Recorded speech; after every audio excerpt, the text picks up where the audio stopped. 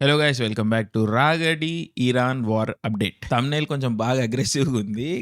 అంటే మీరేం టెన్షన్ పడకండి. ఏదో అయిపోతలేదు ఈడేమి. ఏదైనా కూడా స్లో అయితది. ఈ యుద్ధం అనేది లాంగ్ అయితది. స్లో జరగబోతుంది. ఎవ్రీడే ఇంక్రిమెంటల్ చేంజెస్ అనేవి రాబోతున్నాయి. అంటే ఇంకొన్ని నెలలు జరగొచ్చు ఈ యుద్ధం అనేది. ఇంకొన్ని సంవత్సరాలు కూడా జరగొచ్చు. సో ఏదో ఇమ్మీడియేట్‌గా రేపే న్యూక్లియర్ బాంబులు పడబోతున్నాయి. ఆ జోన్‌లోకైతే ఎళ్ళకండి. థంబ్‌నెయిల్ చూసి అయితే ఆ జోన్‌లోకి ఎళ్ళకండి. ఏదో బాగొచ్చింది అని పెట్టినాను తప్పించి యాక్చువల్‌గా థంబ్‌నెయిల్ వేరే ఉండాలి. బట్ ఇంకా ఓకే, కుదిరింది కదా అని చెప్పేసి కంటిన్యూ అయితున్నా అంతే. సో కొంచెం కక్కుర్తి పడుతున్నా. మీరేం ఎక్కువ ఫీల్ కాకండి, లేకపోతే ఎక్కువ టెన్షన్ పడకండి. సో ఇప్పుడు ఏం జరుగుతుంది ఇరాన్‌లో అని కొంచెం డిస్కస్ చేద్దాం మనం. మెయిన్ హైలైట్స్ ఏంటి అని చెప్పేసి కూడా డిస్కస్ చేద్దాము. ఇది ఇటు నుంచి ఎటు పోతది అని చెప్పేసి అగైన్ హిస్టరీ మన ఛానల్‌లో రాగడిలో చెప్పే విధంగానే హిస్టరీ కాంటెక్స్ట్ ఎట్లా కూర్చుంటదని కూడా చెప్పే ప్రయత్నం చేద్దాం. సో ఇప్పుడు బిగ్గెస్ట్ హైలైట్ టాకింగ్ పాయింట్ ఏంటంటే డొనాల్డ్ ట్రంప్ అమెరికన్ ప్రెసిడెంట్ ఒక 48 అవర్ అల్టిమేటం ఇచ్చిండు ఇరాన్‌కి. అదేంటంటే స్ట్రెయిట్ ఆఫ్ హోర్ముజ్ ఏదైతే ఉందో దాన్ని మీరు ఓపెన్ చేసేయాలి 48 అవర్స్‌లో. లేకపోతే ఇరాన్ యొక్క పవర్ ఫెసిలిటీలను మేము అటాక్ చేయబోతున్నాము అని చెప్పేసి ఒక వార్నింగ్, ఒక అల్టిమేటం, ఒక డెడ్ లైన్ అయితే ఇచ్చిర్రు. మనం డే 1 నుంచి డిస్కస్ చేస్తున్న ప్రాసెస్ ఏంటంటే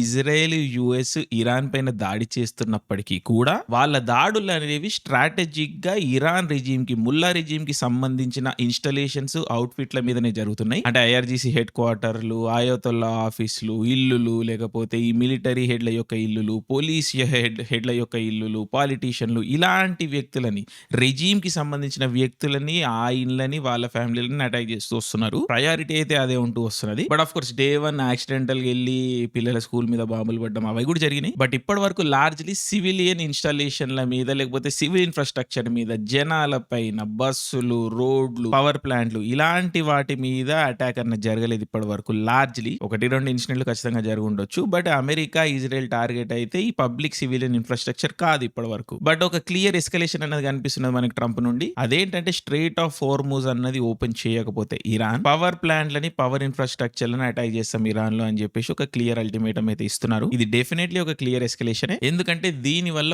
ప్రజలు ఎఫెక్ట్ అయితారు. ఈ రోజుకి ఇరాన్‌లో సివిల్ లైఫ్ అన్నది మోర్ ఆర్ లెస్ నడుస్తున్నది. జనాలకు కరెంట్ ఉన్నది, పెట్రోల్ బండ్లు నడుస్తున్నాయి, అటు ఇటు జనాలు తిరుగుతున్నారు. ఫుడ్ షార్టేజ్ కొంచెం ఉన్నప్పటికి కూడా ఏదో మేనేజ్ అవుతుంది లైఫ్ అనేది ఇరాన్‌లో ఓవరాల్. కానీ పవర్ ఇన్‌స్టాలేషన్‌లు అన్నవి అటాక్ అయితే ఆ సివిలియన్ లైఫ్ అన్నది డిస్టర్బ్ ఖచ్చితంగా అయితది. సో ఇది 2 విధాలుగా కూడా ఎళ్ళొచ్చు. ఈ జనాలు కష్టపడడం అనేది వ్యతిరేకత ముల్లా రెజీమ్ పైన కూడా ఎళ్ళొచ్చు. ఆర్ లేదా ఈ అటాక్ అంతా మన మీద ఇజ్రాయెల్, అమెరికా చేస్తున్నారు. సో ఇజ్రాయెల్, అమెరికాకి వ్యతిరేకంగా మనందరం కలిసి పోరాడాలి అని చెప్పేసి ఏదైతే ఇరాన్‌లో ఇప్పుడు గవర్నమెంట్ ఉందో, ప్రభుత్వం ఉందో ముల్లా రెజీమ్, దానికి సపోర్ట్‌లో కూడా ప్రజలు రావచ్చు. చెప్పలేము. ఇది ఎటు పోతదో మనకు తెలవది. ఆఫ్‌కోర్స్ ప్రజల్లో చీలిక అనేది జరుగుతది. ఈ ముల్లా రెజీమ్ వల్లనే మనం బాధపడుతున్నాము అని ఒక సైడ్ గ్రూప్ వచ్చేస్తే, లేదు ఇజ్రాయెల్, అమెరికా వల్ల మన ఇరాన్ మీద దాడి జరుగుతున్నది, ఇరాన్‌ని విడగొట్టే ప్లాన్‌లో ఉన్నారు వీళ్ళందరూ, ఈ కాఫీర్లందరూ మన మీద అటాక్ చేస్తుర్రు అని చెప్పేసి ముల్లా రెజీమ్‌కి సపోర్ట్ ఎళ్ళేటోళ్ళు కూడా ఉంటారు ప్రజల్లో. సో ఈ 2 గ్రూపుల మధ్యలో సివిల్ వార్ లైక్ కండిషన్స్ ఏర్పడేదానికి అవకాశం ఉంటది. సో ఇరాన్ కూడా టోటల్‌గా డీస్టెబిలైజ్ అయ్యేదానికి అవకాశం ఉంటది. ఆఫ్‌కోర్స్ ఇదంతా జరగడానికి కొన్ని వారాలు, కొన్ని నెలలు పట్టొచ్చు. అండ్ ఈ ప్రాసెస్‌లో ఇరాన్ అనేది డిసింటిగ్రేట్ కూడా అయిపోవచ్చు. బట్ ఈ ప్రాసెస్‌లో సివిలియన్ లైఫ్ అనేది డిస్టర్బ్ అయితది. చాలా మంది ప్రజలు చనిపోతారు. చాలా మంది ప్రజలు డిస్ప్లేస్ కావాల్సి వస్తది. సో ఈ డిస్ప్లేస్ అయిన ప్రజలు ఎక్కడికి వెళ్తారు మళ్ళీ? సో ఇది ఒక హ్యూజ్ హ్యుమానిటేరియన్ క్రైసిస్ అన్నది ఏర్పడుతది. ఈ రోజు అమెరికా గనక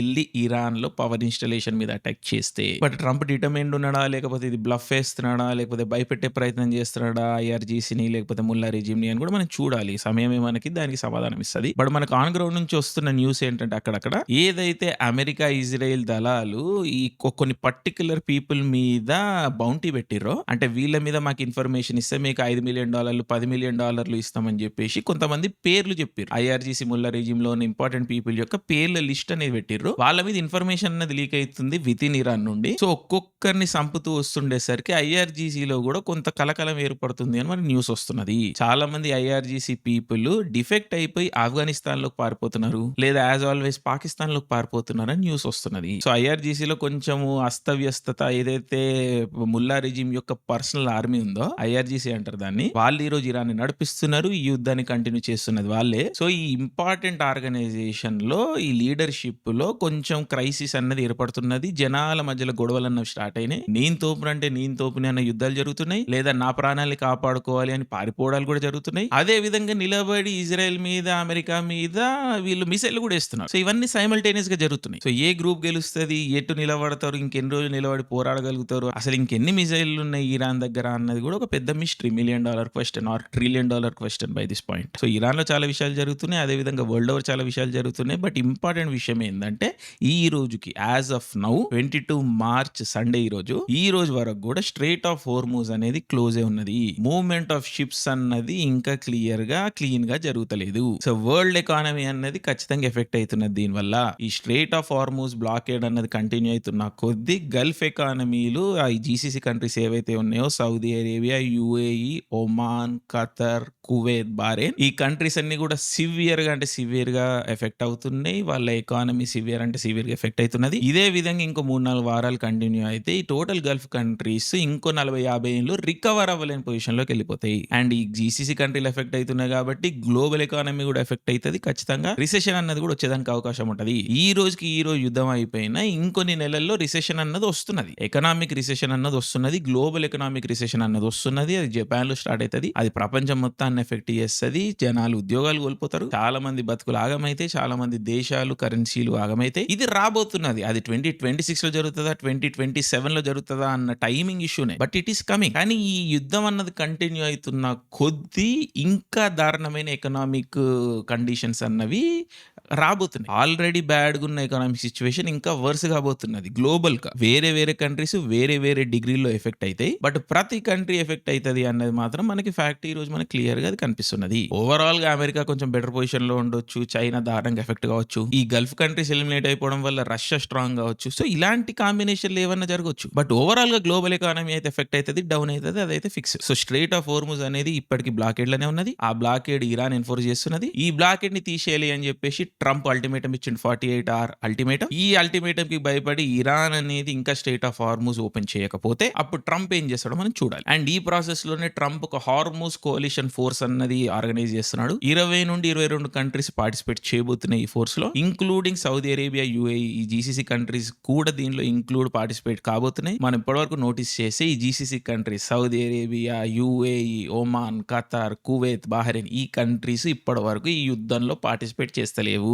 ఇరాన్ వాళ్ళపైన దన్న మిజైల్ వదులుతూనే ఉన్నది. ఇన్ఫాక్ట్ ఇజ్రాయెల్ కన్నా ఎక్కువ మిజైల్ యుఏఈ మీద వదిలింది ఇరాన్. కానీ ఈ సున్నీ గల్ఫ్ కంట్రీస్ ఇప్పటి వరకు ఇరాన్ మీద అవుట్ రైట్ వచ్చి స్టేట్మెంట్ ఇచ్చే పరిస్థితిలో లేవు. ఎందుకు భయపడుతున్నారో మనకు తెలియదు, బట్ ఇజ్రాయెల్ వెళ్ళి ఇరాన్ మీద దాడి చేయడం వల్ల ఇరాన్ వచ్చి మా మీద దాడి చేస్తుంది అని చెప్పేసి బ్లేమ్ ఇజ్రాయెల్ పైన వాళ్ళు డైవర్ట్ చేసే ప్రాసెస్ లో ఉన్నారు. అటు తిప్పి ఇజ్రాయెల్ ని తప్పు పడుతున్నారు, కానీ ఇరాన్ ఈ రోజు వీళ్ళు తప్పు పడతలేరు. ఈ మొత్తం ప్రాసెస్ స్టార్ట్ చేసిందే ఇరాన్. 2023లో ఇరాన్ హమాస్ ద్వారా ఇజ్రాయెల్ పైన October 7th అటాక్స్ చేయించకపోయి ఉంటే ఇజ్రాయెల్ వచ్చేసి లాస్ట్ ఇయర్ జూన్ లో 12 డే వార్ చేయకపోయి ఉండేది. దాని కంటిన్యూయేషన్ ఈ మార్చ్ లో మళ్ళీ యుద్ధం అనేది జరగకపోయి ఉండేది. సో యుద్ధానికి నాంది పలికింది మాత్రం ఇరానే. హమాస్ ద్వారా అటాక్ చేయించింది ఇరానే. అందుకని ఇజ్రాయెల్ వచ్చేసి హెజ్బుల్లా అటాక్ చేసింది, దాని తర్వాత 12 డే వార్ చేసిర్రు. మళ్ళీ ఈ రోజు కూడా వార్ అనేది కంటిన్యూ అవుతున్నది. ఎందుకంటే ఇంకొక October 7th లాంటి అటాక్ ఇజ్రాయెల్ లో జరగకూడదు అన్నది ఇజ్రాయెల్ స్ట్రాటజీ. అది ఫేర్ ఇనఫ్. ఇరాన్ అన్నది కూర్చొని మొత్తం రీజన్ లో టెర్రరిస్ట్ ఆర్గనైజేషన్లను పెంచుకుంటా,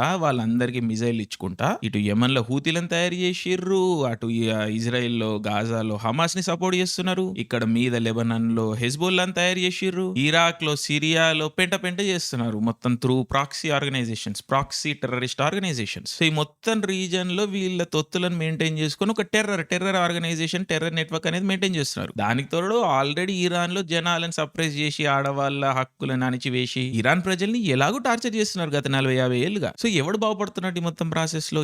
ఇరానియన్ ప్రజలు బాగుపడతలేరు, మొత్తం రీజన్ అనేది డీస్టెబిలైజ్ అయి ఉన్నది. ఉత్తగట్లేదో కొంతమంది జియాదీలు కూర్చొని ప్రపంచాన్ని భయపెడుతున్నారు, ఒక టెర్రర్ క్రియేట్ చేస్తున్నారు. ఈ టెర్రర్ ని పాయింట్ చేసే ధైర్యము ఈ సున్నీ జీసీసీ కంట్రీస్ లో లేకపోయేసరికి అటు తిప్పి ఇజ్రాయెల్ మీద వీళ్ళు చూపిస్తున్నారు. బట్ ఇరాన్ అన్నది స్ట్రైట్ ఆఫ్ హార్మూజ్ క్లోజ్ చేసేసరికి మేము అసలు దీంట్లో ఎఫెక్టే కాము అనుకున్నారు కదా ఇన్ని రోజుల నుంచి, లేదా మేము పెద్ద బిజినెస్ కంట్రీలు అయిపోయినాము, అది మొత్తం ప్రపంచం ట్రేడ్ అంతా మా దగ్గర నుంచి జరుగుతున్నది, ఎయిర్పోర్ట్లు ఉన్నాయి మా దగ్గర, ఇప్పుడు కొత్త టెక్నాలజీ కంపెనీలు వస్తున్నాయి, AI, next generation of AI, banking, finance, tourism, వీటన్నిటిలో మేము పెద్ద లీడర్లు అయిపోయినాము అని జీసీసీ కంట్రీస్ ఇన్ని రోజులు కూర్చున్నారు కదా. ఇప్పుడు వాళ్ళు అవకాశంలోకి వస్తున్నారు. లిటరలీ 2-3 నెలల్లో వాళ్ళ మొత్తం 50-60 ఏళ్ళ ఫ్యూచర్ అనేది డిస్ట్రాయ్ అయిపోతుంది, ఇరాన్ చేస్తుంది అనేసరికి వాళ్ళకి అర్థమైతలేదు, సమజైతలేదు. ఇలాంటి పరిస్థితిలో కూడా వాళ్ళు ఇరాన్ ని పాయింట్ అవుట్ చేయలేకపోతున్నారు. ఏదో అమెరికా ఎన్నికలు నిలబడి ఈ కోalition, హోర్ముజ్ కోalition లో మేము పార్టిసిపేట్ చేస్తాము అని మైల్డ్ స్టేట్మెంట్ స్టేట్మెంట్లే ఇస్తారు తప్పించి అవుట్ రైట్ వచ్చి ఇరాన్ ఖండిస్తలేరు. సో భయపడుతున్నారు బేసికలీ. సో ఇంకా రాను ఇంకా తప్పని పరిస్థితుల్లో జీసీసీ కంట్రీస్ వార్లోకి ఫుల్ ఫ్లెజ్డ్ ఎంటర్ కావచ్చు. బట్ ఈ రోజుకైతే ట్రంప్ వెనకాల నిలబడి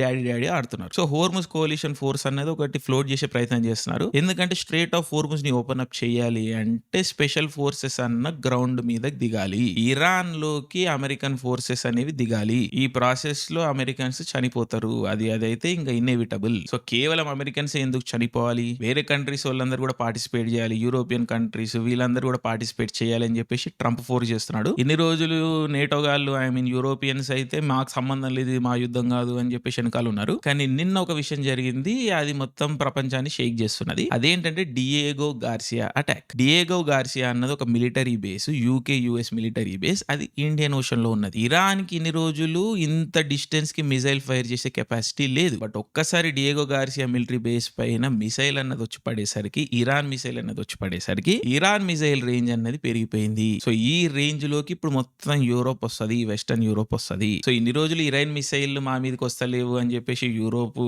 మాకు సంబంధం లేదని నిలబడ్డారు కదా. వాళ్ళ ట్రేడ్ ఎకానమీ ఎఫెక్ట్ అవుతున్నప్పటికీ ఈ యుద్ధంలో మేము పార్టిసిపేట్ చేస్తలేము అని దూరం ఉన్నారు కదా. కానీ ఈ Diego Garcia attack changes everything. Now Iran దగ్గర long distance missile firing capability ఉన్నది. యూరోపియన్ సిటీస్ అన్నవి ఇరాన్ రేడార్ లోకి వచ్చేసినాయి. సో ఇప్పుడు యూరోప్ కి ఈ వార్ లోకి ఎంటర్ అవ్వడం తప్ప ఇంకొక ఆప్షన్ అన్నది కనిపిస్తలేదు. అఫ్ కోర్స్ ఇనీషియల్ గా మేము వస్తలేమని స్టేట్మెంట్లు ఇస్తారు. బట్ రావాల్సిందే ఇంకొక ఆప్షన్ కనబడట్లేదు వాళ్ళకి. సో యూరోప్ కూడా వార్ లోకి ఎంటర్ కాబోతున్నది. అండ్ యూరోపియన్ ట్రూప్స్ కూడా ఆన్ గ్రౌండ్ ఎంటర్ కాబోతున్నారు. సో ఈ యుద్ధం అన్నది లాంగ్ గానే కాబోతున్నది. అండ్ ఈ డైరెక్షన్ లోనే మనకి అమెరికాలో మూవ్మెంట్స్, పొలిటికల్ మూవ్మెంట్స్ అన్నవి కనిపిస్తున్నాయి. మాకు ఇంకా $200 బిలియన్ కావాలి అని చెప్పేసి బిల్లు పెట్టిర్రు. సో $200 బిలియన్ అన్నవి ఒక 6 నెలల యుద్ధానికి అయితే మనకి ఇండికేషన్స్ ఇస్తున్నాయి. ఈ రోజు అమెరికాకి దగ్గర $1 బిలియన్ పర్ డే కాస్ట్ వస్తున్నది. సో $200 బిలియన్ అంటే ఇంకొన్ని మంత్స్ అన్నది ఎక్స్పెక్ట్ చేస్తుంది అమెరికన్ మిలిటరీ అయితే, ట్రంప్ గవర్నమెంట్ అయితే. సో ఈ యుద్ధం అన్నది కంటిన్యూ కాబోతున్నది. American troops on ground Iran పైన రాబోతున్నారు. అఫ్ కోర్స్ 2003 ఇరాక్ లాగా ఫుల్ బ్లోన్ ఇన్వేషన్ అన్నది ఉండకపోవచ్చు. స్ట్రాటజిక్ గా బార్డర్లలో రావచ్చు, మెయిన్ గా కర్గ్ ఐలాండ్ ఇలాంటి వాటిలో రావచ్చు. దాని తర్వాత కుర్దిస్తాన్ ఇలాంటి రెబల్ ఫోర్సెస్ ద్వారా ఈ మిలిషియాలను పంపొచ్చు. సిరియా, ఇరాక్ నుండి ఈ అల్ ఖైదా, ఐసిస్ ఫోర్స్ లను కూడా ఇన్ఫిల్ట్రేట్ చేయించవచ్చు ఇరాన్ లోకి. ఈ షియా సున్నీ డివైడ్ ని వాడుకొని, ఈ ఎథ్నిక్ డివైడ్ లను వాడుకొని, అంటే ఇరాన్ లోపల చాలా ఎథ్నిక్ డైవర్సిటీ ఉన్నది. Azerbaijanis, Kurdistani people, Parsi people, Arabic people, Baloch, ఇట్లా చాలా తెగలు ఉన్నాయి విత్ ఇన్ ఇరాన్. వీళ్ళందరి మధ్యలో తగాదాలు పెట్టి, వీళ్ళ మధ్యలో వ్యత్యాసాలని, డిఫరెన్సెస్ ని ఎగ్జాజరేట్ చేసి టోటల్ ఇరాన్ ని డీస్టెబిలైజ్ చేసే ప్రక్రియ అనేది స్టార్ట్ కాబోతున్నది. అమెరికన్ స్పెషల్ ఫోర్సెస్ చాలా క్రిటికల్ రోల్ ప్లే చేయబోతున్నాయి మొత్తం ప్రాసెస్ లో. So Americans, rest of the Europeans అంటే నేటో ఫోర్సెస్ ఇరాన్ లోకి ఆన్ గ్రౌండ్ ఎంటర్ అవుతున్నాయి ఇంకో 1-2 మంత్స్ లో. అది కర్గ్ ఐలాండ్ నుంచి స్టార్ట్ అవుతుంది అన్నది చాలా ఎక్స్పర్ట్స్ ఒపీనియన్. నాకు కూడా అది మోర్ ఆర్ లెస్ కరెక్ట్ అనిపిస్తున్నది. సో ఈ రోజు ట్రంప్ దగ్గర కొన్ని స్టేటెడ్ గోల్స్ ఉన్నాయి. అదేంటంటే ఇరానియన్ లీడర్షిప్ ని ఖతం చేయాలి. ఈ రోజు మస్తబా కొమేని, ఎవరైతే కొమేని ఉన్నారో ఫిగర్ హెడ్, ఆయన హాస్పిటల్ ఉన్నారని కొన్ని రూమర్స్ ఉన్నాయి. ఆయన అసలు బతికిలేడు, కోమాలో ఉన్నాడని ఇవన్నీ రూమర్స్ ఉన్నాయి. బట్ నందలేస్ అఫీషియల్ గా ఈ రోజు సుప్రీం ఆయతొల్లా ఇరాన్ ఎవరైతే ఉన్నారో, ఆయన హాస్పిటల్ ఉన్నారా బయట ఉన్నారా అన్న సంబంధం లేకున్నప్పటికీ కూడా ఈ ఆయతొల్లా కొమేనీని ఎలిమినేట్ చేసి మిగిలిన ఇంపార్టెంట్ ఇరానియన్ రెజీమ్ కి సంబంధించిన కొంతమంది కీ ఫిగర్స్ ని ఎలిమినేట్ చేయాలి అన్నది Trump first priority. So regime change అన్నది ట్రంప్ ఖచ్చితంగా చేసే తీరుతాడు. నెక్స్ట్ ఇంకో ఇంపార్టెంట్ బిగ్గెస్ట్ ప్రయారిటీ వచ్చేసి స్ట్రేట్ ఆఫ్ హార్ముజ్ ని ఓపెన్ అప్ చేయడం. స్ట్రేట్ ఆఫ్ హార్ముజ్ ని ఓపెన్ చేసి ఇరాన్ యొక్క ఆయిల్ ని కంట్రోల్ చేయాలి అన్నది ట్రంప్స్ బిగ్గెస్ట్ అజెండా. ఆ తర్వాత అల్టిమేట్ అజెండా వచ్చేసి ఇరాన్ దగ్గర ఉన్న ఎన్రిచ్డ్ యురేనియం ని ఎక్స్ట్రాక్ట్ చేయడం. సో ఇప్పుడు మనం బ్రాడ్ గా చూసుకుంటే ట్రంప్ దగ్గర 4-5 అజెండాలు ఉన్నాయి. అదేంటంటే ఇరానియన్ లీడర్షిప్ ని ఖతం చేసి రెజిమ్ చేంజ్ అన్నది పట్టుకురావడం, రెండోది వచ్చేసి స్ట్రేట్ ఆఫ్ హార్ముజ్ ని ఓపెన్ చేయడం, ఆ తర్వాత వచ్చేసి ఇరానియన్ ఆయిల్ ని కంట్రోల్ చేయడం, ఆ తర్వాత వచ్చేసి ఇరాన్ లో ఉన్న ఎన్రిచ్డ్ యురేనియం ని ఎక్స్ట్రాక్ట్ చేయడం, అండ్ అల్టిమేట్లీ ఇరాన్ మ్యాప్ ని చేంజ్ చేయడం అన్నది అల్టిమేట్ అజెండా. ఇది ఆల్రెడీ మనం బ్లడ్ బార్డర్స్ అన్న ఎపిసోడ్ లో డిస్కస్ చేసినాము. సో ఇరాన్ మ్యాప్ ని మారుస్తారు. కర్దిస్తాన్, బలోచిస్తాన్ ఇలాంటి ఇండిపెండెంట్ టెరిటరీలని అవుట్ ఆఫ్ ఇరాన్ అన్నది కార్అవుట్ చేస్తుంది అమెరికా. That is inevitable. అది 5 ఏళ్లలో అవుతుందా 10 ఏళ్లలో అవుతుందా అని మనం చూడాలి. But American plan is very clear. So Americans Iran లోకి ఎంటర్ అవుతారు. ఫస్ట్ స్పెషల్ ఫోర్సెస్ పేరు మీద, మరీన్ల పేరు మీద ఎంటర్ అవుతారు. ఆ తర్వాత మెల్లమెల్లగా ఎక్స్పాండ్ అవుతూ వస్తారు. చాలా మంది అమెరికన్స్ చచ్చిపోతారు ఈ ప్రాసెస్ లో, చాలా మంది యూరోపియన్స్ చచ్చిపోతారు ఈ ప్రాసెస్ లో. వరల్డ్ గ్లోబల్ ఎకానమీ అనేది ఎఫెక్ట్ అవుతుంది. అండ్ ఇది కొన్ని నెలలు, సంవత్సరాలు అయితే జరగబోతున్నది. Of course out of nowhere రేపు పొద్దున టెక్నికలీ అమెరికా మేము సీజ్ ఫైర్ లేకపోతే మా స్ట్రాటజిక్ గోల్స్ అన్ని రీచ్ అయిపోయినాయి, ఎందుకంటే ట్రంప్ మొన్న స్టేట్మెంట్ ఇచ్చాడు, మా గోల్స్ అన్ని రీచ్ అయిపోయినాయి, ఇక్కడ మేము ఎగ్జిట్ కావచ్చు అని చెప్పేసి అట్లా బ్లఫ్ కొట్టిండు మొన్న ఒక 2 days బ్యాక్. బట్ ఈ ప్రాపగండా అనేది నడుస్తుంది నడుస్తుంటది యుద్ధం టైంలో. ఎందుకంటే అమెరికా యొక్క commander in chief is Trump, president of USA. So troops ని లీడ్ చేసేది టెక్నికల్లీ ట్రంపే. సో వాళ్ళ స్ట్రాటజీని బయటికి బ్లఫ్లే కొడతా ఉంటారు. అట్లా క్లియర్ గా ఇది చేస్తామో అని చెప్పారు యుద్ధం టైంలో. సో ఇలాంటి టూ అండ్ ఫ్రో స్టేట్మెంట్లు మనకి కాంట్రడిక్టరీ స్టేట్మెంట్లు అనేవి వస్తూ ఉంటాయి. ట్రంప్ మినిస్టర్ ఒకటి చెప్పొచ్చు, పాలిటిషియన్లు వచ్చి ఒకటి చెప్పొచ్చు, ట్రంప్ ఈ రోజు ఒకటి చెప్పొచ్చు, రేపు ఒకటి చెప్పొచ్చు. సో ఇట్లా మల్టిపుల్ కాంట్రడిక్టరీ స్టేట్మెంట్స్ వచ్చినప్పటికీ కూడా మనము మూవ్మెంట్ ఆఫ్ మనీ లేకపోతే ఏం జరుగుతుంది అన్న దాని మీద ఒక అసెస్మెంట్ కి రావాలి. సో ఈ రోజు ట్రంప్ మేము ఇరాన్ నుంచి వెళ్ళిపోతున్నాం అని స్టేట్మెంట్ ఇచ్చినప్పటికీ కూడా విత్ ఇన్ ఫ్యూ మంత్స్ మళ్ళీ ఇరాన్ లోకి ఎంటర్ అవుతారు. సో ఈ లార్జర్ స్టేటెడ్ 4-5 పాయింట్స్ నేను ఏవైతే చెప్పినానో అది నెక్స్ట్ 5 to 10 years లో అమెరికన్ ప్రభుత్వం ఇంప్లిమెంట్ చేసి తీరుతుంది. ఇరాన్ ని వీళ్ళు ఫినిష్ చేయాలని ఫిక్స్ అయినారు. అమెరికా అన్నది యాక్టివ్ రోల్ ప్లే చేసినా చేయకపోయినా ఇజ్రాయెల్ మాత్రం ఈ ప్రాసెస్ లో యాక్టివ్ రోల్ ప్లే చేస్తుంది. ఇరాన్ అన్న ఒక థ్రెట్ ని అల్టిమేట్ గా న్యూట్రలైజ్ చేసే వరకు ఇజ్రాయెల్ నిద్రపోదు. అది very very very very very clear. So immediate గా ఈ యుద్ధం అన్నది కొన్ని నెలలైతే ఖచ్చితంగా జరుగుతుందని అనిపిస్తున్నది, unless something drastic happens. So American troops అయితే కర్గ్ ఐలాండ్ ద్వారా ఇరాన్ లోకి ఎంటర్ కాబోతున్నారు. కర్గ్ ఐలాండ్ అనేది ఒక స్ట్రాటజిక్ ప్లేస్. ఇరాన్ యొక్క మేజర్ ఆయిల్ రిజర్వ్స్ ఈ ఐలాండ్ చుట్టే ఉంటాయి. సో కర్గ్ ఐలాండ్ ని టేక్ ఓవర్ చేయడం ద్వారా ఇరాన్ ని చోక్ చేయొచ్చు. At least that is the plan. So చూద్దాం ఎటు పోతుంది, ఏం జరుగుతుంది. But it's not going to be easy. అదైతే చెప్పగలుగుతాను, it's not going to be easy. And obviously Iran ఏం ఖాళీ కూర్చోలేదు కదా. ఇందాక చెప్పినట్టు వాళ్ళు ఇజ్రాయిల్ వదులుతూనే ఉన్నారు. ఇజ్రాయెల్ మీద 2 మేజర్ అటాక్లు అయితే జరిగినాయి. డిమోనా అనే ప్లేస్ లో, ఆరాద్ అనే ప్లేస్ లో. ఇక్కడ సివిలియన్స్ మీదనే మిజైల్ పడ్డాయి. అఫ్ కోర్స్ ఇరాన్ న్యూక్లియర్ ఫెసిలిటీలను, న్యూక్లియర్ రియాక్టర్లను అటాక్ చేద్దాం అని చెప్పేసి మిజైల్ వదిలినప్పటికీ కూడా ఈ న్యూక్లియర్ రియాక్టర్లు ఎఫెక్ట్ కాలేదు. సివిలియన్ ఏరియాలు ఎఫెక్ట్ అయినాయి. 2 ఏరియాల్లో 50-80 మంది వరకు ఎఫెక్ట్ అయ్యారంట. ఎంతమంది క్యాజువాలిటీస్, ఎంతమంది చనిపోయారు ఇంకా మనకి న్యూస్ అయితే అఫీషియల్ కన్ఫర్మేషన్ రాలేదు. బట్ ఖచ్చితంగా జనాల మీద అయితే బాంబులు పడ్డాయి, జనాలు ఇంజర్ అయితే అయ్యారు. డెత్ టోల్ ఎంత అన్నది ఇంకా మనకు రావాల్సి ఉన్నది. So Israel is taking the beating. Israel అయితే తీసుకుంటున్నది, డ్యామేజ్ తీసుకుంటున్నది. కానీ Israel is strong. Israel's ability to take the damage is very high. So దెబ్బలు తినడానికే రెడీగా ఉన్నది ఇజ్రాయెల్. కానీ ఈ క్షణంలో దెబ్బలు తిన్నప్పటికీ కూడా తన పర్మనెంట్ శత్రువులను ఎలిమినేట్ చేద్దాము అని కూర్చున్నది ఇజ్రాయెల్. సో ఈ రోజు డ్యామేజ్ అయినప్పటికీ కూడా రేపు బాగుంటది అంటే ఈ రోజు నేను డ్యామేజ్ తీసుకోవడానికి రెడీగా ఉన్నానని చెప్పేసి ఇజ్రాయెల్ ఉన్నది. ఇజ్రాయెల్ నుండి ఇండియన్స్ కూడా నేర్చుకోవడానికి చాలా ఉన్నది ఈ ప్రాసెస్ లో. నేర్చుకుంటున్నారు. Indian government is completely observing the whole thing. ఈ రోజు యుద్ధం అన్నది డ్రోన్ మిజైల్ బేస్ లో వచ్చేసింది అని చెప్పేసి క్లియర్ అయిపోయింది. యుక్రెయిన్ రష్యాలోనే డ్రోన్ వార్ఫేర్ అన్నది ఎమర్జ్ అవుతుంది క్లియర్ గా. అండ్ ఈ రోజు ఇరాన్ వార్ ద్వారా మనకి క్లియర్ గా ఏమైతుందంటే the war is war of drones and missiles. So America is taking notes and interestingly Pakistan is also taking notes. ఈ రోజు ఇజ్రాయెల్, అమెరికా వచ్చి ఇరాన్ న్యూక్లియర్ ఫెసిలిటీల మీద ఏ విధంగా దాడి చేస్తుందో రేపు పొద్దున పాకిస్తాన్ మీద కూడా దాడి చేస్తే ఇదే విధంగా అని చెప్పేసి పాకిస్తాన్ వాళ్ళు అర్థం చేసుకోవడం లేకపోతే భయపడడం స్టార్ట్ చేసారు. కానీ దీనికి రిటాలియేషన్ గా పాకిస్తాన్ దగ్గర లాంగ్ డిస్టెన్స్ మిసైల్ లేవు. అంటే ఇజ్రాయెల్ మీద పడే మిసైల్ లేదు, యూరోప్ మీద పడే మిసైల్ లేదు, అమెరికా మీద పడే మిసైల్ అయితే అసలు లేదు పాకిస్తాన్ దగ్గర. సో ఇప్పుడు పాకిస్తాన్ ఫైరింగ్ రేంజ్ లో ఎవరున్నారు?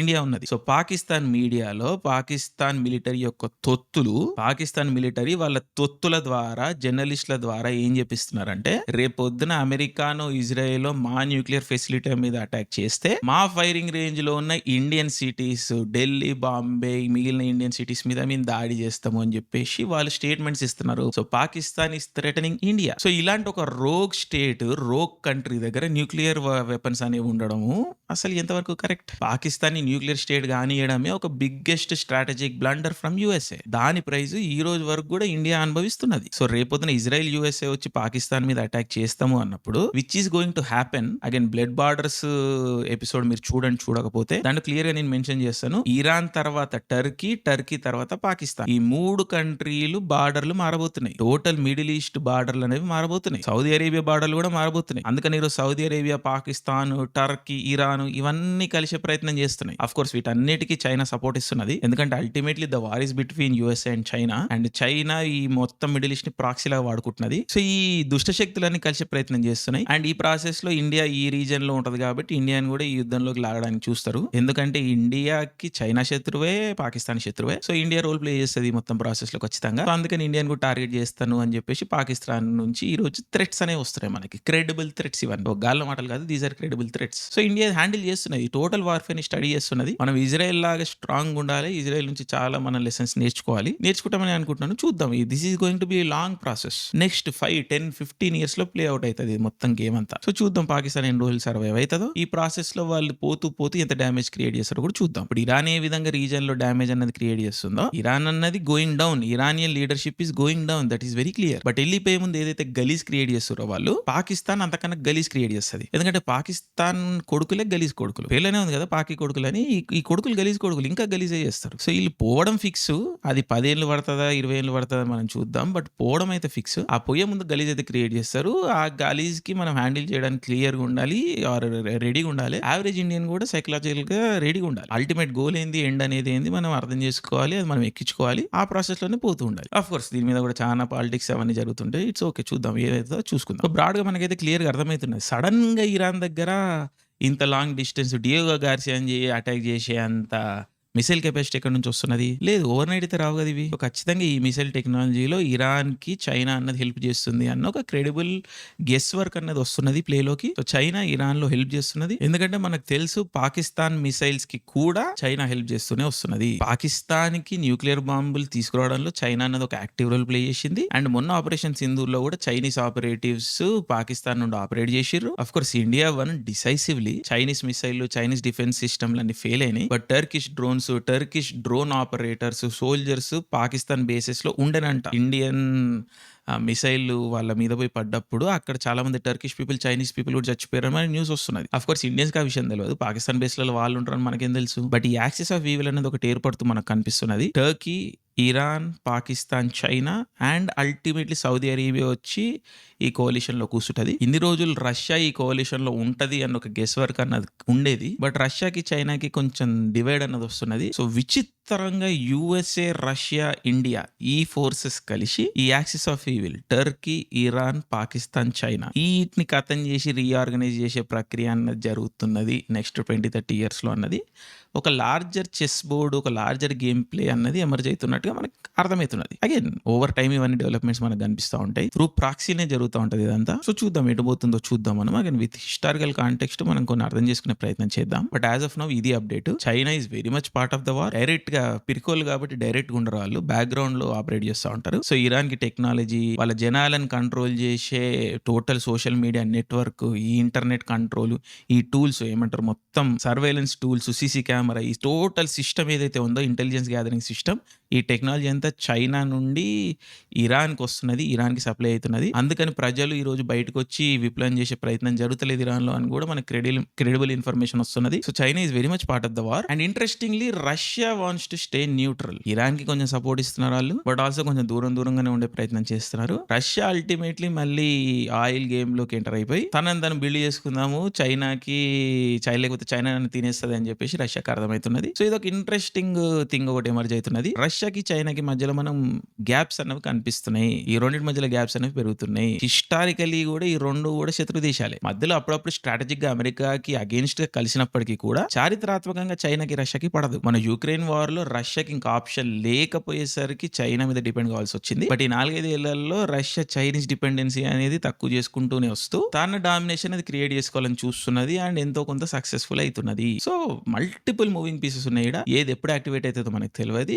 జస్ట్ మనం విజిలెంట్ ఉండాలి, ఇన్ఫర్మేషన్ అబ్జర్వ్ చేస్తూ ఉందాము, ఎప్పటికప్పుడు చూసుకుంటూ ఉందాం. అయిన కాడికి మనం ఎప్పటికప్పుడు ఈ రాగడి ఛానల్లో అప్డేట్స్ అనేవి ఇస్తూనే ఉంటాం. So the war is global definitely. And Iran లో యుద్ధం అనేది ఇంకా కంటిన్యూ కాబోతున్నది. American troops, European troops Iran లోకి ఆన్ గ్రౌండ్ ఎంటర్ కాబోతున్నారు. ఎంతవరకు అవుతుంది, ఎంతవరకు వస్తుందో మనం చూద్దాం. అండ్ ఈ మొత్తం వార్ లో మోస్ట్ ఇంట్రెస్టింగ్ విషయం ఏంటంటే, వెళ్ళిపోయే ముందు ఒక మోస్ట్ ఇంట్రెస్టింగ్ ఫ్యాక్ట్, ఇరాన్ మీద ఏవైతే ఇన్ని రోజులు శాంక్షన్స్ పెట్టిందో అమెరికా, ఇరాన్ ని ఆర్థికంగా కృంగదీయనికి ఈ రోజు యుద్ధం మధ్యలో ఇరాన్ ఆయిల్ పైన శాంక్షన్స్ తీసేసింది. Limited capacity or what ever, Iran మీద శాంక్షన్స్ అయితే, ఇరాన్ ఆయిల్ మీద శాంక్షన్స్ అయితే తీసేసింది. ఎందుకంటే ఈ రోజు ఆయిల్ ప్రైస్ పెరుగుతున్న కొద్దీ ఇరాన్ స్ట్రేట్ ఆఫ్ హోర్ముజ్ ని చోక్ చేయడం వల్ల ఆయిల్ ప్రైస్ అనేది పెరుగుతుంది కదా. అండ్ స్ట్రేట్ ఆఫ్ హోర్ముజ్ లో యాక్సెస్ ఇరాన్ కే ఉన్నది కదా. సో ఆయిల్ సప్లై బ్యాలెన్స్ చేయడానికి ఇరాన్ ఆయిల్ మీద శాంక్షన్స్ అన్నది తీసేసింది. అండ్ పెరుగుతున్న ప్రైస్ అడ్వాంటేజ్ ఇరాన్ కి వెళ్ళకూడదు అని చెప్పేసి ఆ బ్యాలెన్స్ చేసే ప్రయత్నం చేసింది. But it's weird, A country మీద అయితే మనం దాడి చేస్తున్నామో ఆ కంట్రీని మనము ఆర్థికంగా బలోపేతం చేసే ప్రక్రియ కూడా చేస్తున్నాము, అమెరికా చేస్తున్నది. So it's very interesting. The war is very interesting. Again ఎటు పోతుందో మనం చూద్దాం. బట్ నెక్స్ట్ మన వైలెన్స్ సిరీస్‌లో